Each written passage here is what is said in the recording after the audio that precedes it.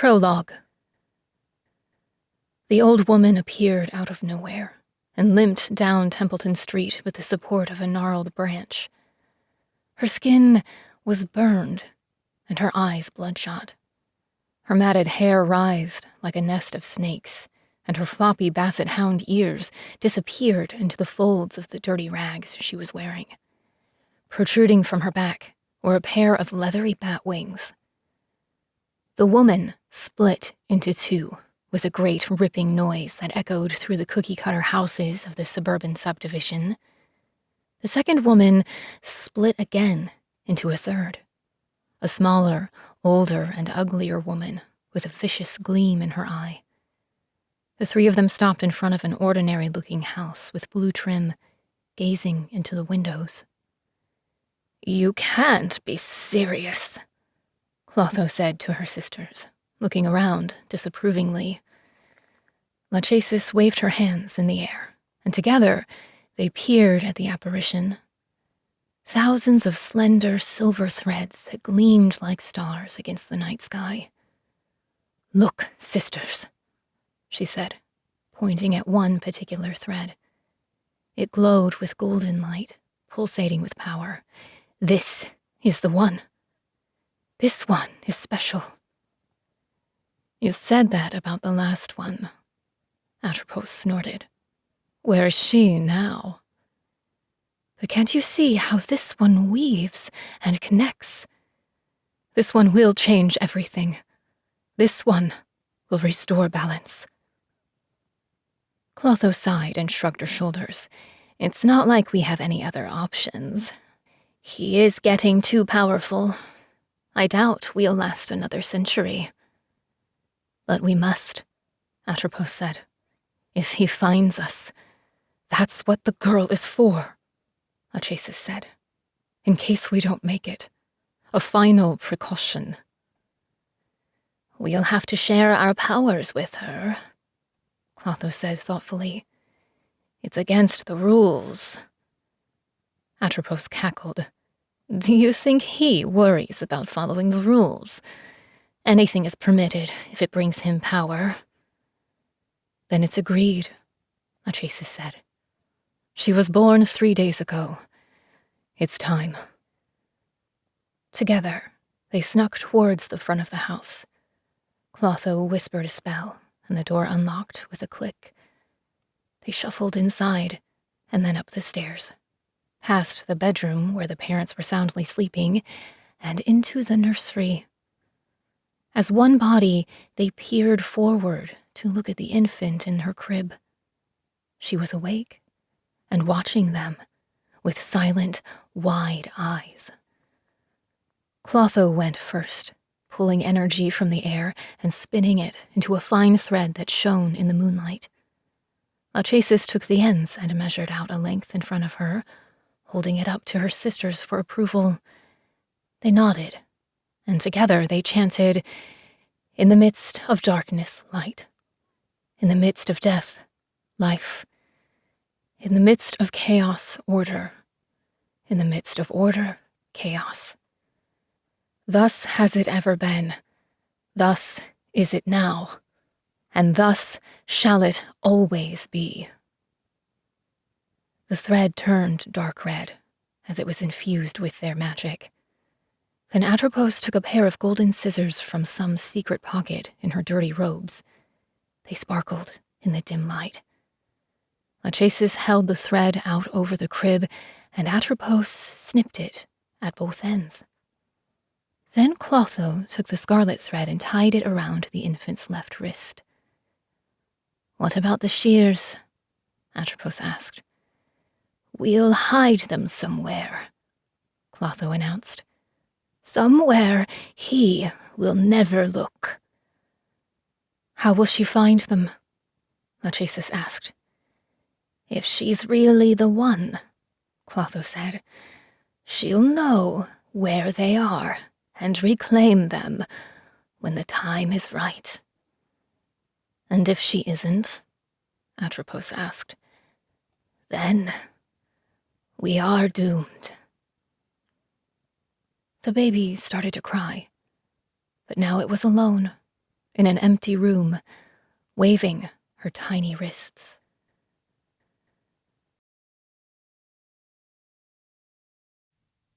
One.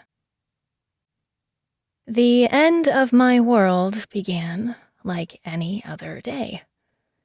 I woke up on the thin, dirty pad on the cement shelf of my tiny room and let my fingertips pass through the streams of light that fell through the 10-inch window. It was a little game I played with myself, a way to check the weather, to prepare myself mentally for the day ahead. If my fingers cast shadows against the wall, I knew it would be sunny. There were no shadows that day. I brushed my teeth and put on the only clean clothes I had, a Sound of Music t-shirt and a pair of thick black stockings. We could only do laundry once a week, and I was down to my last pair of underwear. My dark hair was tangled, but I'd stopped combing it years ago. Nobody inside the institution cared about that stuff anymore. It was all girls in my wing, except for the guards, and you did not want to look pretty for the guards. I've seen girls make that mistake before. Afterwards, a committee would decide that the oversexed, crazy teenage girls had seduced the pot-bellied grown men with their wanton ways and alluring nubile bodies. They were asking for it, a committee would say, and the guards would get off with a slap on the wrist, and the girls would sob at night for a few months. And then things would go back to normal. It would be different if this were an ordinary school, maybe even a normal psychiatric hospital, but the JDRI, Juvenile Detention Reform Institution, or as we like to call it, Juicy Dames Reliably Incarcerated, was neither. This was the place parents sent their children when they couldn't stand to look at them anymore. That's how I ended up here, anyway. I took a minute to scrub the floor with a damp old rag, one of my most prized possessions, until the cracked stone floor practically gleamed. It was easier to see the spiders that way. I hated spiders. I'm sure I've swallowed hundreds of them in here. I imagined them crawling into my mouth when I was sleeping. All the ones I didn't spot coming and flatten with a shoe or a book. Maybe that's why my throat always feels so scratchy and tight. I'm filling up with dead spiders. I wish I could tell you I lived in a dungeon, with rusty bars across an open space so the administration could watch us sleep, or crumbling stone walls with chains hanging in the corners. But the JDRI wasn't that bad. We were fed well. There was a big library of books for us to read. We went out daily to do community labor projects like picking up trash from the highways. We were encouraged to study and get a high school equivalency diploma before we turned 18 and were released to our own care. They even gave us $10 of pocket money a week to spend during the weekend shopping trips. Things didn't have to get ugly if we followed the rules, and I always followed the rules, which could have made me unpopular in here. Most of the other girls really were delinquents. Some of them were hard-ass bitches. But there weren't many murderers. Just me.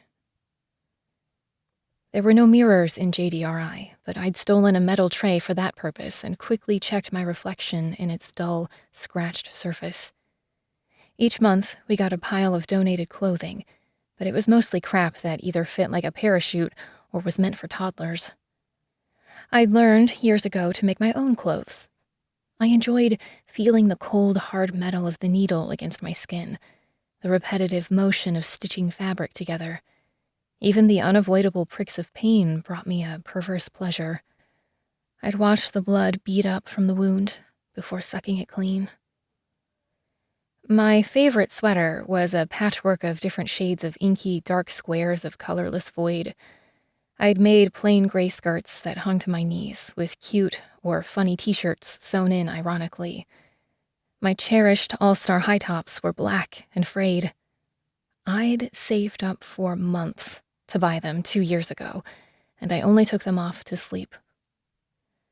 I wrapped a black scarf around my neck and pulled my slender black leather gloves over my pale fingers. I bought them at a vintage shop last year, and wore them even in the summertime. The only piece of color in my dark ensemble was the chunk of brightly colored Lego blocks I wore around my neck. My little brother was working on it the day he died. It's unfinished, so I'll never know what it was meant to be. I wore it to remind myself of what life had been like before my curse ruined everything. I grabbed a pair of dark aviator glasses before leaving my room. People say the eyes are the windows to the soul, and I didn't want anybody to know I was home. Pretty eyes are an invitation for people to start talking with you. Mine were teal blue, but with a dark ring around the edges that makes them distinctive. When I was young, people would say, "My, what extraordinary eyes you have," and then pat me on the head or give me candy. But that was before my brother died, before they found out I'd killed him. The air outside was crisp and cool, October in the Pacific Northwest. Although it was overcast, the gray light was sharp and blinding. With my sunglasses, black clothes, and tangled dark hair, I looked like a psychopath, which is just how I wanted it. It helped fuel the rumors that people spread about me, that I'd butchered my family, that I'd torn the heart out of my boyfriend and eaten it. Jesse, my best friend in this place, had even started a rumor that I could kill someone just by looking at them. If I pulled down my shades even a little bit, the younger girls ran away in terror. And some of the older ones, too. Nobody knew my real story except Mrs. Taylor, JDRI's principal and warden, and Jessie. I told her all about it our first year here, when we were both 9. That was almost 8 years ago. Even the guards usually left me alone.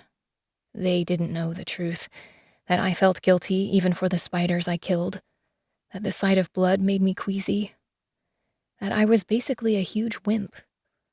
Unlike Jessie, who was actually a badass.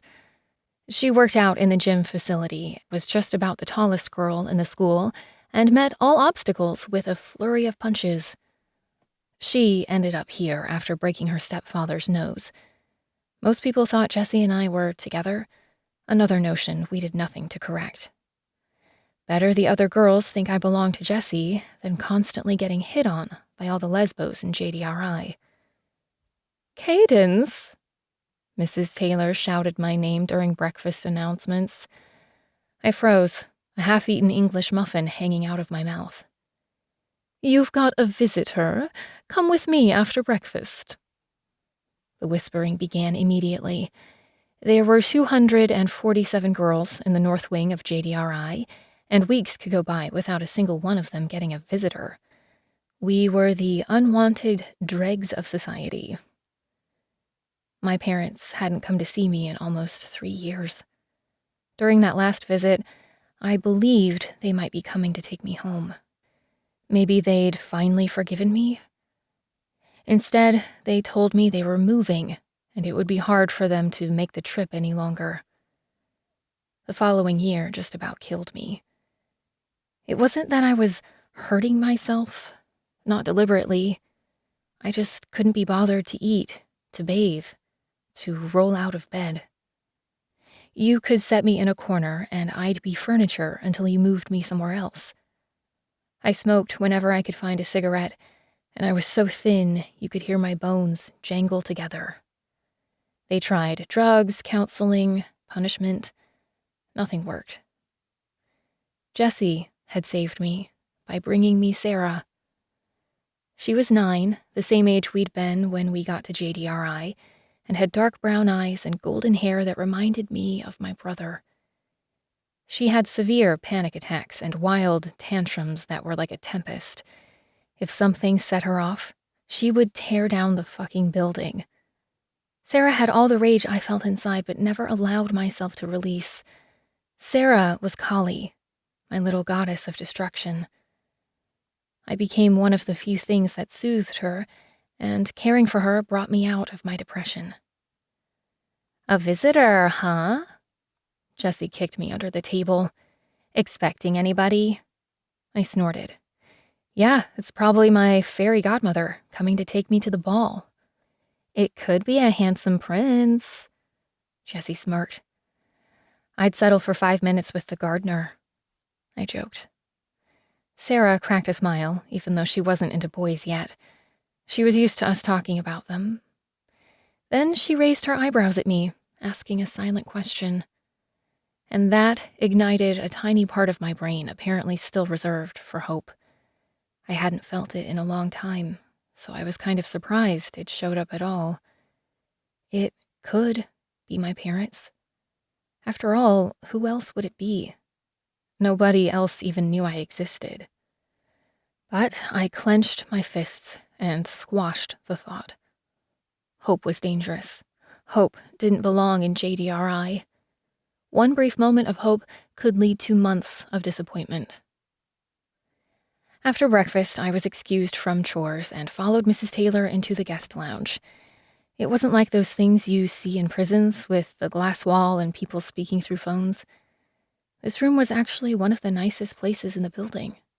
We used it for parties and game nights. They wanted to show visitors how comfortable we were in here. There were plush couches and antique leather chairs, but I knew they were just for show. We weren't allowed to sit on them unless we had a visitor. In the center of the room was a line of tables. Mrs. Taylor had me sit down at one of these and wait for my guest. I scanned the bookshelf for any new titles, but was disappointed, as I had been the last 3 times I checked. With a sigh, I grabbed a dog-eared copy of a self-help book I'd read a dozen times and flipped through it. When the door opened and my visitor stepped inside, I took a sharp breath. He was wearing a tailored gray suit with a blood-red tie. His hair was slicked back away from his light blue eyes. He saw me and flashed a dazzling smile, with teeth that were too white and straight to be real. He could have easily been one of the models Jessie and I drooled over a few weeks ago when we found a GQ magazine in recycling. In his presence, the guest lounge, which I'd always thought of as classy, was revealed for what it really was. Cheap furniture with a faux antique gloss. Mostly mass-produced stuff from bargain stores. The suit this guy was wearing looked like it was worth more than everything else in this room put together. He sat down across from me, sliding into the chair with the grace and power of an athlete, and very carefully set a polished leather briefcase on the table. I clenched my teeth together to make sure my jaw wasn't hanging open. I'd never been this close to a guy this hot before. Kaidance Monroe. It wasn't a question, so I nodded my head. Would you mind? He tapped at the corner of his eye. I removed my sunglasses. Suddenly self-conscious, I reached up and smoothed out my tangled hair. And the gloves, he said, nodding at my hands. I don't take these off, I said. Indulge me, he said. I've come a long way to see you. I considered refusing, but now I was curious. Who was this guy? Whatever he was doing here, I wanted to know what he had to say. I pulled off the gloves, one by one, and set them on the table. His eyes flickered to my arm, drawn to the dark red line that wrapped around my wrist like a bracelet. I pulled the sleeve of my sweater up to hide it, my cheeks heating up. It looked like a scar, and people usually thought I'd done it to myself, that I'd tried to cut my whole hand off. I'd had it as long as I can remember, but I hated having to talk about it. He smiled at me again, and my heart fluttered.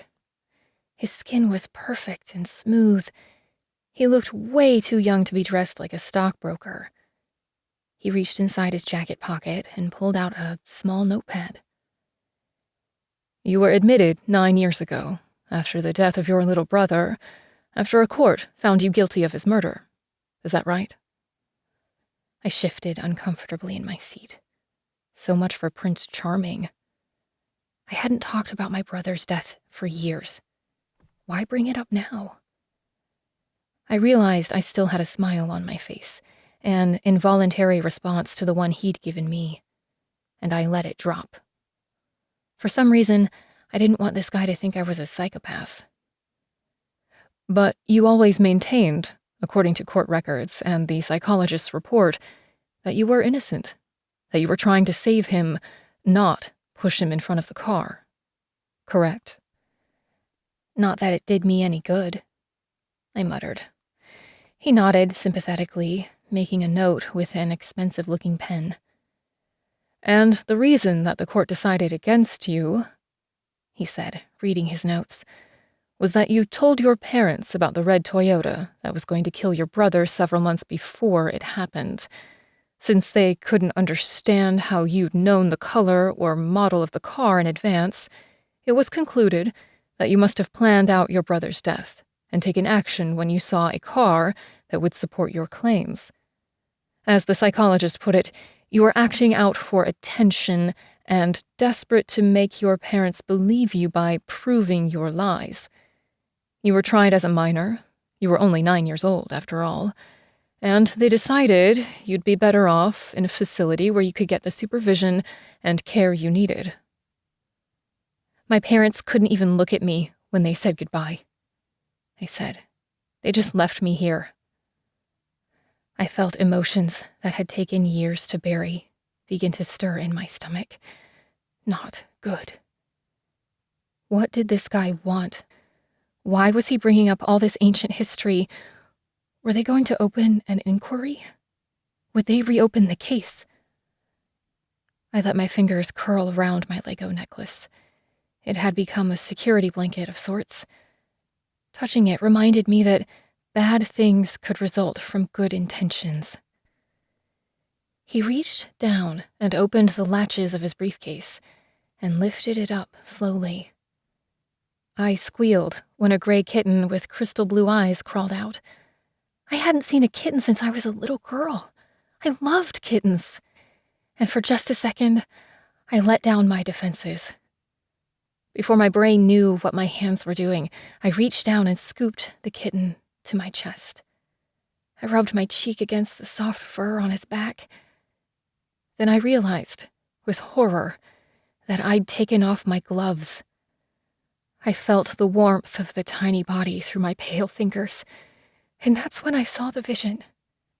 My face scrunched together, trying to block it out, but it filled my brain, until nothing else existed but the kitten and the hammer. The strong blows crushing its poor little skull, the blood. I yelped and dropped the kitten, my heart pounding. It meowed and sunk its razor-sharp little claws into my arm, holding on until I could set him down on the table gently. My visitor watched this whole exchange smugly, a smile playing on his lips. And that's when I knew this had been a test, and I'd just failed. 2. The first time I saw death, I was 5 years old. My mother was pregnant with Charlie, my little brother, and my parents sent me next door to play with the neighbor's daughter, Michelle, who was 2 years older than me. She mostly invented role plays which featured her as queen and me as servant girl, so she could boss me around. In the afternoon, her mother walked me home and grabbed my hand to cross the street. That's when I saw her, lying in a hospital bed, her eyes wide as she tried to wheeze another breath. Her strength left her, and the blips from the machine near her body turned into one solid beep. I remember smelling chemicals and urine. 2 weeks later, my mother explained to me that Michelle's mom had died, and Michelle was moving away to live with her father in another state. The next time, it was a classmate in kindergarten. I told him he was going to fall from a tree and break his head open on the sidewalk. I described the yellow shirt and blue pants he was wearing. When he wouldn't listen, I drew a picture of the scene to the best of my abilities. I used a lot of red crayon, all around his head to show the blood. That's when the trips to the psychologist started. I began to understand that something was wrong with me, that normal people didn't see other people's deaths before they happen. So when the psychologist asked me every week whether I still saw people dying, I started to say no. Eventually, I learned if I touched someone and saw their death, they were going to die within a few months. I didn't know exactly when. I just knew how. But I also learned that people got mad at me when I talked about it, so I started wrapping my hands up in my sleeves and avoiding contact with people. With this new habit, I went several years without seeing anyone die. My parents thought I'd gotten better. I was just better at hiding it. One day, I was wrestling at home with Charlie and saw him get hit by a red car at the park near our house. I begged my parents to move to another town. I screamed for days. The visits to the psychologist resumed. My parents fought at night about what was wrong with me and how to fix it. But this time I couldn't pretend that I hadn't seen anything. This was my little brother. I was fighting to save his life. I just had to make everybody understand. So I investigated. I grabbed his arm, trying to hold on to the vision, trying to slow it down and absorb every detail. I drew pictures of the car.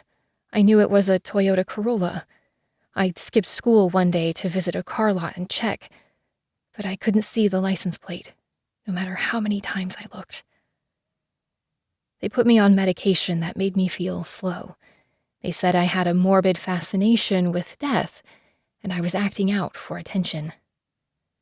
That's when I realized it was up to me. I was the only one who could save him. So I followed him around, everywhere.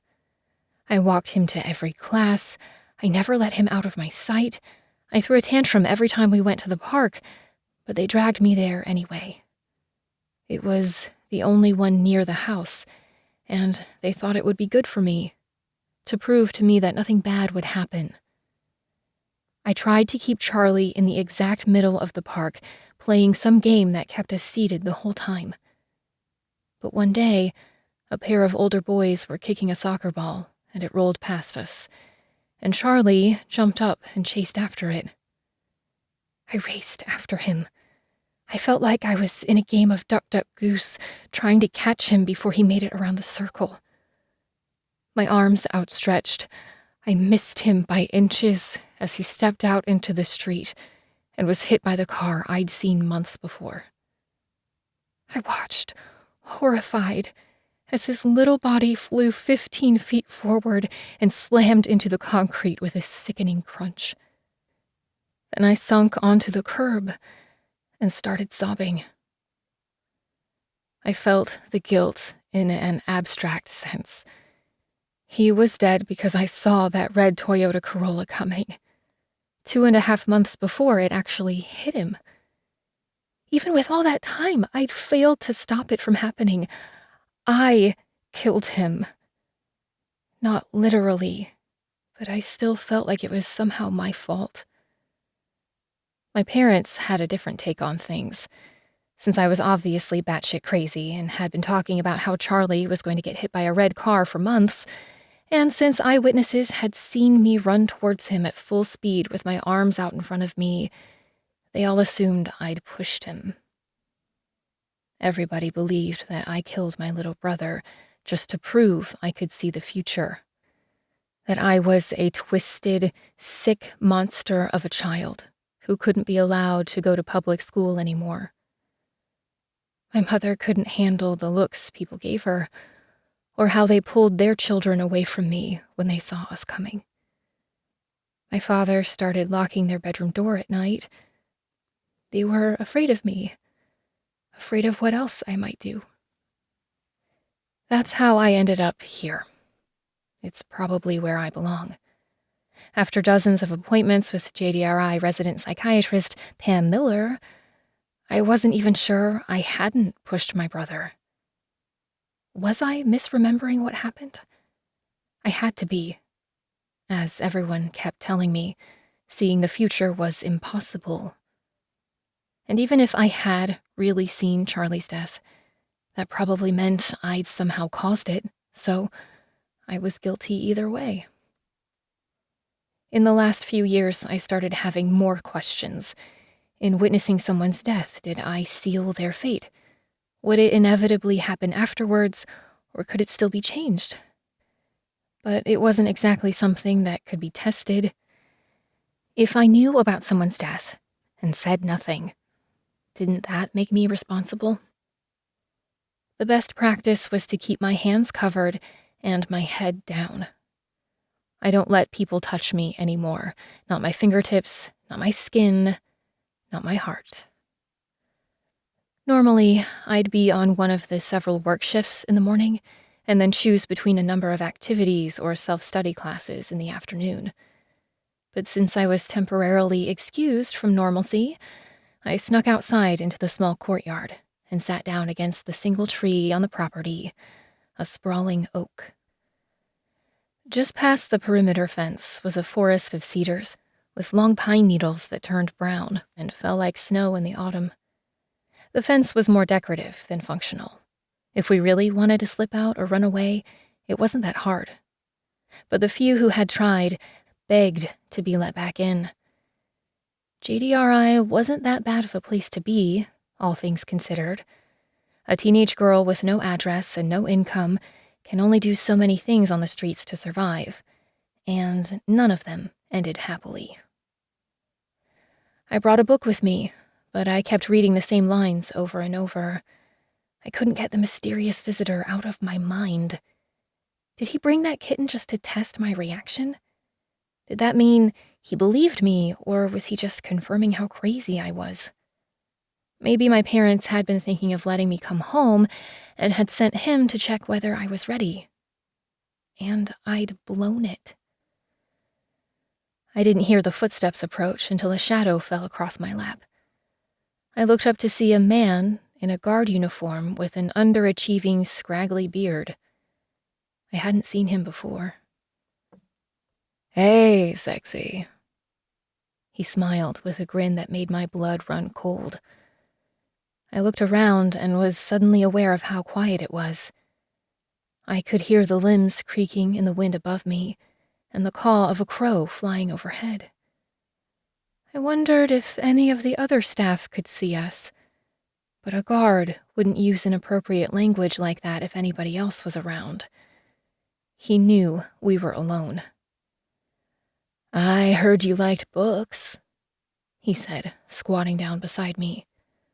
"I thought maybe we could make a trade," he whispered, leaning in closer. "You know, you rub my back, I rub yours." He smiled lewdly. Apparently, he'd taken this job to hit on girls who couldn't run away. And unfortunately, it could have worked on another girl. We don't have much interaction with the opposite sex here, and many girls might have been willing to rub his back in exchange for an expensive gift or favor. I wasn't one of them. "You don't look like you know your way around a good book," I said. "Or a woman, for that matter." I added quietly, "You'll change your tune once you get to know me," he said. Where do they find these guys? "Now be a good girl and—" "Didn't they tell you?" Jessie said, walking up behind us. "Kaidance is one of the worst offenders in here." I smiled at her in relief. The guard glanced at her, then looked back at me skeptically. My thin arms and wrists made me look frail, an easy target for abuse. "A literal man-eater, if you know what I mean, Dennis," she continued, reading his name off his name tag. "She cut off her boyfriend's junk and fried it up like a sausage. That's how she ended up here. I'd watch out if I were you." Dennis's eyes widened, and he leaned away from me a bit. I smiled at him, the mad dog smile with the twitching right eye it had taken me months to perfect. And then, very carefully, I licked my lips in a way I hoped was both sexy and terrifying. He stood up and leered at the both of us, his fingers tracing the handle of the taser on his utility belt. "Whatever," he said finally. Just trying to be friendly. Try somewhere else, Jessie said, holding up her middle finger. You haven't had to save me from creeps for a long time, I said as we watched Dennis disappear into the main building. Yeah, a month or two at least. Either they have dropped their hiring standards or you're just getting too cute for your own good, Jessie teased. I rolled my eyes. So, it's Saturday. She brushed the ground next to me before sitting down. Again? I asked. Yep, don't be surprised. Comes every week. Don't give me that. I mean another party, right? Well, I got a note from Ryan, that guy we met a couple of weeks back. He sent me a letter asking me to a party. How sweet is that? We weren't allowed phones in JDRI. People could call us, but they might monitor the calls, and they'd open any packages. But they don't read our mail. We're teenage girls, not terrorists. The staff probably already knew about the hole in the fence surrounding the main buildings, the one we used to sneak out at night. They just didn't care enough to fix it. He's going to pick you up? Us up, she corrected. But no, he isn't. It's a cemetery party. I wrinkled my nose. Past the hole in the fence, through the cedar forest, was a road. Sometimes girls would hitchhike to town in the back of a pickup truck or have a guy pick them up in exchange for a handjob. On the other side of the road was a cemetery. A party in a cemetery seems crazy, even for us. No, it's cool, Jessie said. It's a Halloween party. It's perfect. Go without me, I said, crossing my arms. Absolutely not. You're going, and there's nothing you can say or do to stop it. You'll be 18 soon. You've got to learn how to survive in the real world. Think of it as practice. She had a point. Once released, I'd be expected to take care of myself. I was already dreading the thought of job interviews. I was painfully bad at small talk. We don't have costumes, I said. It's casual, Jessie said with a triumphant grin. She knew she'd won. Besides, I made you something in arts and crafts. She pulled a dark bundle out of her bag and held it up to her face. It was a mask, made of sleek black feathers and papier-mâché. The curved beak hung down over her nose. How many birds did you have to kill to make that? I asked. Just one, she said. But I didn't kill it. We found a dead raven near the fence, and they let me use it. Turns out, I can look forward to a promising career in taxidermy. So, you want me to wear a dead bird on my face so you can go hang out with a cute boy? I asked. Jessie smiled her most beguiling smile and batted her eyelids in pretend pleading. When do we leave? I sighed. 3. After my brother died, I spent a lot of time at his grave. The cemetery was a few miles outside of town, and I rode my bicycle there every chance I got.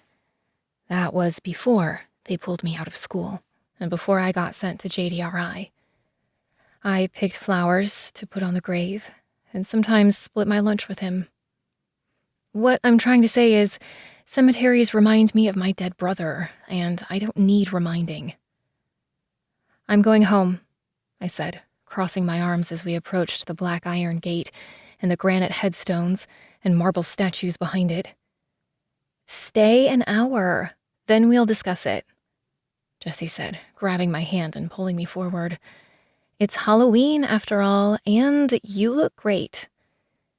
Jessie had rubbed charcoal all around my eyes, which made my eyes look even more startling. Sarah had tied my dark hair into a bird's nest of a bun, with tangles and spikes and long feathers jutting out to the sides.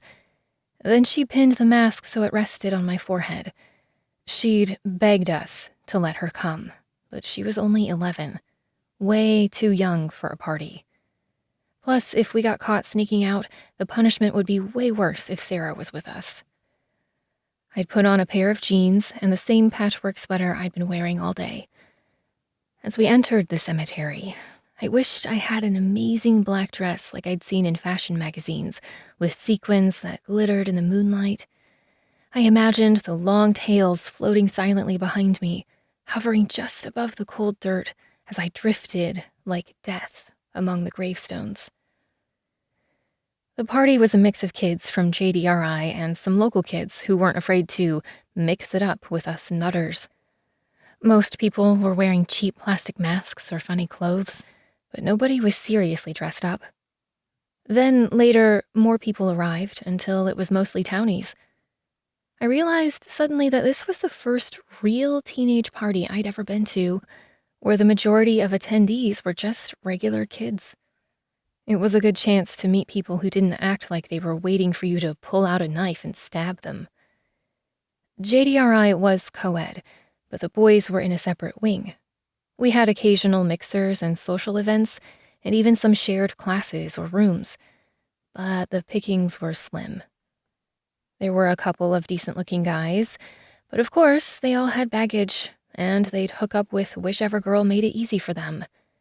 I wasn't in the habit of throwing myself at guys, and with my reputation, few boys dared to even talk to me. Not that I was obsessed with boys or anything, but it's not like there was much else to think about. Somebody brought boxed wine and plastic cups and cranked up the radio. Jessie found Ryan and introduced me to Ryan's friend Paul. Then she and Ryan said they were going to get another drink and disappeared. I knew I was being set up when Paul started asking me boring questions about JDRI. At first, I tried to be civil, but he quickly got on my nerves. I was at a party. Why couldn't I pretend to be normal? At least he didn't ask me why my parents abandoned me or why I killed my brother. Paul made a good effort, but eventually my scowl and monosyllable answers wore away his confidence. He mumbled something about finding his friends and left me standing by myself. I refilled my plastic cup and sipped it from the shadows. Dozens of candles in big glass jars were scattered around the area, on top of headstones and nestled between tree branches. They cast little orbs of light that were both charming and ominous. They'd even used the candles to make a big skull and bones symbol on the ground. Ryan and Jessie came back, and I was just starting to have fun when I felt someone staring at me. I turned and saw a guy just outside the ring of kids, leaning against a tall, narrow tombstone with a cross on top. His hair was so blonde it looked white in the darkness, and his eyes were an unusual golden amber that flickered in the candlelight. I broke eye contact and tried to ignore him, but when I glanced back, he was still looking at me. No, more than that, he was glaring at me. I could feel his gaze against my skin, scraping like sandpaper. It gave me goosebumps. I waited for him to smile or wave or something, but his face was expressionless. He was just sitting there, watching me, like a creepy statue. Finally, I couldn't take it anymore. "I'm going to head back," I said to Jessie. "Already?" she said, frowning. She'd been flirting with Ryan, and now they were holding hands. It made me feel lonely, which made me feel stupid. She'd dragged me here, but I didn't want to ruin her night. "It's cool. I'll walk back myself. You should stay." "You sure?" she asked, looking at me, then back at Ryan. "It's a short walk. I'll be fine." Ryan whispered something in her ear, and she laughed. "Okay, be safe," she said. "You too," I answered, giving her a pointed look. "Knock when you get in. Be back before midnight, or I'll eat Ryan's liver." He gulped as I made slurping noises. I turned around to hide my smile, then walked across the street and into the woods. I hadn't gone far when a shadow startled me. I looked up to see a figure blocking my path. It was that weird blonde kid again. How had he gotten in front of me? I thought about rejoining the party, but that would be silly. And I wasn't far, I could still hear the music and voices. I could scream if I had to. I crossed my arms and soldiered forward. "Can I help you?" I asked coldly as I stomped toward him. He looked surprised for a moment, as if he thought he'd been hiding, instead of standing in the middle of the path. His leather pants were black, but his white t-shirt stood out like a beacon in the dark forest around us. Up close, he was tall. In the moonlight, his skin was almost as white and pale as his hair, and I could see the black lines of a tattoo wrapping around both of his forearms. I wondered if it connected in the middle of his back, then pictured him naked, which made blood rush through my body. "Sorry," he murmured. "I was just, watching." "Yeah, I saw that. Stalk much?" Somehow I could still see the honey color of his eyes. They shone like a predator's in the darkness. I shivered, and my skin tingled. "I'm just looking for somebody, a friend. I thought they might be here." "In the middle of the woods? Not likely." "Got stood up, huh? Don't sweat it. Anyway, I'm headed back home," I said, stepping around him. I didn't feel like explaining I was going to sneak back into a juvenile detention center. "I'll walk you," he said, falling in step with me. "Please don't," I said. "I mean, it's fine. I can manage myself." "It's dark. I can't let you walk through the woods alone." "Who says chivalry is dead?" I said, rolling my eyes. This guy was tough to get rid of. "I'm no gentleman," he said with a sad half-smile, "but I'd feel better escorting you. There are more dangers around than you realize." "How do I know you're not dangerous?" I said. I was teasing, kind of, but he seemed to consider the question seriously. He looked up at the sky for a few seconds as if he could divine the answer, then nodded to himself. "We're already alone in the woods. I could be dangerous, but since I haven't hurt you yet, I probably don't mean you any harm. At least, not tonight." I looked over for the smirk I was sure would be there, but his face was stiffer than the dead raven on my head. "That was way too honest of an answer," I muttered. We walked in silence for a few moments. "Well, it's really uncomfortable letting a total stranger walk me home, so can I have your name at least?" "Puriel," he said. Weird name. "I'm Kaidance. Kai. What school do you go to?" "I'm not a student," he said. He didn't look much older than me. "Work around here?" I asked. "My duties take me many places," he said. "I'm here for a particular project." "In Chehalis? Lucky you." I snorted. "Have you seen the 1916 steam engine yet? Or the vintage motorcycle museum? Those are pretty much the only things here." "It's not without its charms," he said with a hint of a smile. It was the first sign that he might not be a serial killer.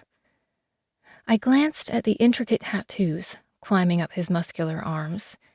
He was weird, no question, but oddly fascinating. The loud crack of a broken branch ripped through the woods. Before I could react, Puriel shoved me backwards and flung himself in front of me. He moved so quickly I stumbled off the path in surprise. I cried out when a sharp branch dug into my cheek. "What the hell?" I glared at him. "What do you think is out there, bears?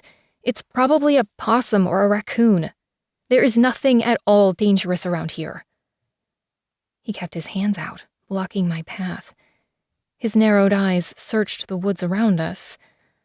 Finally, he grunted and turned back to look at me. "Sorry," he said. He reached his hand up to my chin and tilted my head to see where the branch had scratched me. "You're bleeding," he said. Before I could stop him, he licked his thumb and then brushed it against my cheek to wipe away the blood. It felt wet and warm, almost like a kiss. That's when I saw the stars. I thought I must have blacked out. My vision was filled with millions of them, whole galaxies, everything converging together into one blinding light. And then nothingness. Just empty black void. It all happened in less than a second, and I instinctively swatted his hand away from my face. My sight returned, and I was looking into Puriel's golden eyes.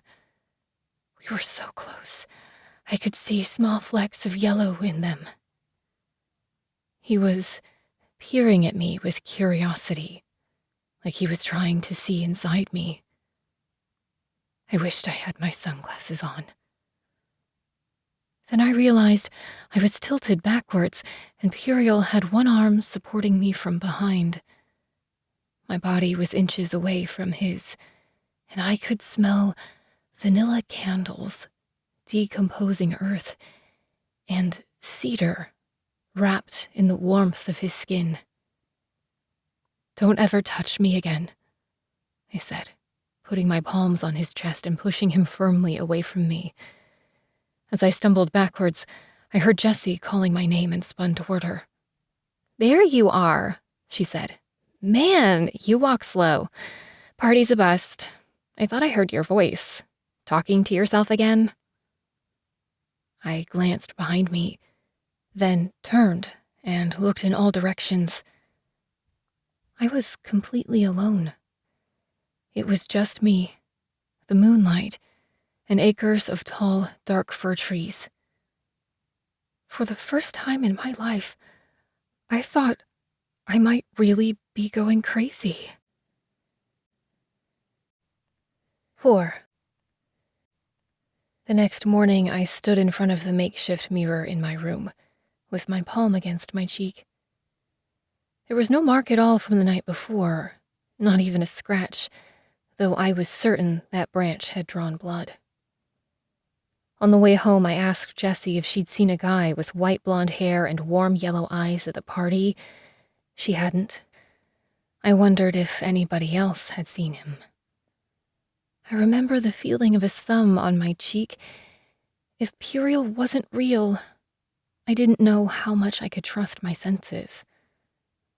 I terrified myself with the thought that Jessie was just an imaginary friend I made up and had been talking to for the past 8 years. Maybe that's why everyone stayed away from me. I was so relieved in the morning when I saw her talking to the other girls, my eyes filled with tears. The party had been real. I still had mud stains on my clothes, not to mention a slight headache from the wine. But walking home with Puriel seemed just as real. Had he really even been there? If so, how had he disappeared so quickly? And why didn't I have a mark on my cheek where the branch scratched me? And what had been that weird vision I saw when he touched me? I'd never seen anything like that before. It was like the Big Bang in reverse. I'd always assumed I was tough enough to survive in JDRI. I'd do my time, then get out and start a normal life. Now, I wasn't so sure. To get out, I had to pass a final psych test. If I wasn't deemed sane, I wouldn't be released. I'd go to a real mental institution, the kind that you can't escape from. And I could be there forever. The thought of being locked up for the rest of my life petrified me. I was so wrapped up in my fears, I almost didn't notice that Sarah was acting weird. It wasn't until lunch that I saw it, in the reflection of the shine of Dennis's bald patch as he walked by our table, strutting like a peacock fanning its feathers. A flicker of fear on Sarah's face. It was a fleeting moment. Nobody else could have seen it, but I did. I looked at Dennis and then back at her. Sarah had been hanging out with us for the past few years, Even though she was so young, people didn't mess with her. She had nothing to be afraid of until Dennis showed up. And in that second when I realized Dennis must have done something to Sarah, something that scared her, I was ready to rip out his intestines and hang him out my window. In my mind, I watched him kick and struggle against his own innards, his blood dripping around him like rain, gasping for his last breath. He saw me staring and sauntered over. "Hey there, darling," he said. "Change your mind about that book?" I reached over and took Sarah's hand. "Did he hurt you?" I whispered, leaning towards her. "Did he touch you?" Her face told me everything I needed to know. "Listen, Dennis," Jessie said. "You're new, so you don't know how things work yet. We'll forgive you this time, but you need to get the fuck out of here." "Is that how it's going to be?" Dennis said. He undid the clasp on his belt and pulled out his taser, holding it in front of him like a pistol. "I'm really going to enjoy this," he said in a buttery voice that made my skin crawl. "Now, be a good girl and finish your fucking potatoes." When I was little, I'd learned to be silent. The more I talked, the less people liked me. I'd been a good girl. Even after my parents left me at JDRI, I never made a fuss. I studied hard, but good behavior didn't bring my parents back. Be a good girl. That's what people have been telling me my whole life, and I always was. I cleaned my plate, I kept my room tidy, I never complained. Where had it gotten me? Abandoned by my parents, forgotten by the whole world, and now my best friend was about to be electrocuted by some asshole guard who thought he could do whatever he wanted to us in here, and he was probably right. That's what I was thinking, just before I slammed my lunch tray across Dennis's face. I watched him stumble backwards, a drop of blood sliding down his forehead. Then sat down and continued eating. If you enjoyed this short sample, you'll love the Scarlet Thread series, a dark fantasy adventure based on Greek mythology. Get all the available books and stay tuned for the dramatic conclusion at urbanepics.com or find links below this video.